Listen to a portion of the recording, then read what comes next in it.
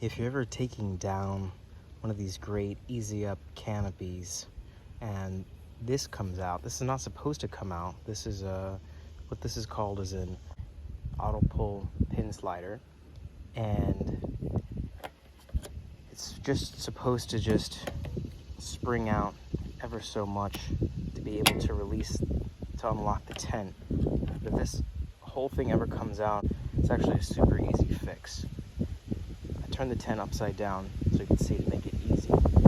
There's just one screw, it just keeps it in there. So you just loosen it. It just takes a couple turns. And then you slide this back in, and you just have to hold that chuck there. You can press that all the way in. Hold it there, and then tighten it back up.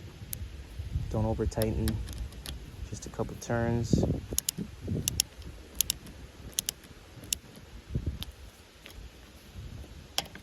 There it is, good to go.